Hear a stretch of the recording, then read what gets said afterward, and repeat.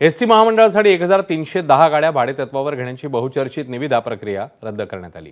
तसंच भाडेतत्वावर गाड्या घेण्यासाठी नव्याने पारदर्शीपणे प्रक्रिया राबवण्याचे आदेशही महामंडळाला दिलेत। या निर्णयाद्वारे मुख्यमंत्री फडणवीस यांनी उपमुख्यमंत्री शिंदे यांना मोठा धक्का दिल्याचं मानलं जाते।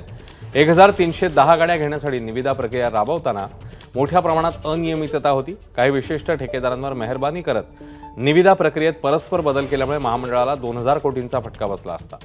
त्यासाठी काही सेवानिवृत्त अधिकाऱ्यांना मुदतवाढ तर या निर्णयास विरोध करणाऱ्या अधिकाऱ्यांना बदलीची शिक्षा देण्यात आलेली। प्रस्तावाला फेब्रुवारी 2024 मध्ये तत्कालीन मुख्यमंत्री शिंदे यांनी मान्यता दिलेली।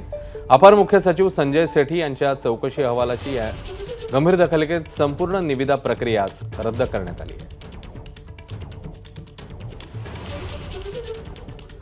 दरम्यान शिंदे आणि गोगावलेंनी एसटीमध्ये 2000 कोटींचा घोटाळा केला। त्यांच्यावर महाराष्ट्राची तिजोरी लुटल्याचा गुन्हा दाखल करायला हवा अशी मागणी केली आहे ठाकरे पक्षाचे संजय राऊत यांनी।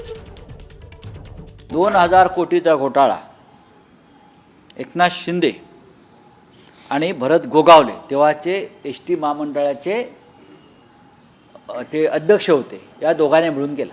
राज्याचे मुख्यमंत्री तेव्हाचे एकनाथ शिंदे आणि घाईघाईनं एसटी महामंडळाचं अध्यक्षपद ज्यांना दिलं ते भरत गोगावले, या दोघांनी मिळून केलेला 2000 कोटीचा घोटाळा हा उघड झालेला आहे। खरं म्हणजे ह्यांच्यावरती आर्थिक अफरातफरीचे गुन्हे दाखल केले पाहिजेत, महाराष्ट्राची तिजोरी लुटल्याचा गुन्हा दाखल केला पाहिजे, ईओडब्ल्यूने तपास केला पाहिजे आणि त्यानंतर या तपासाची सूत्र एबीपी माझा, उघडा डोळे बघा नीट।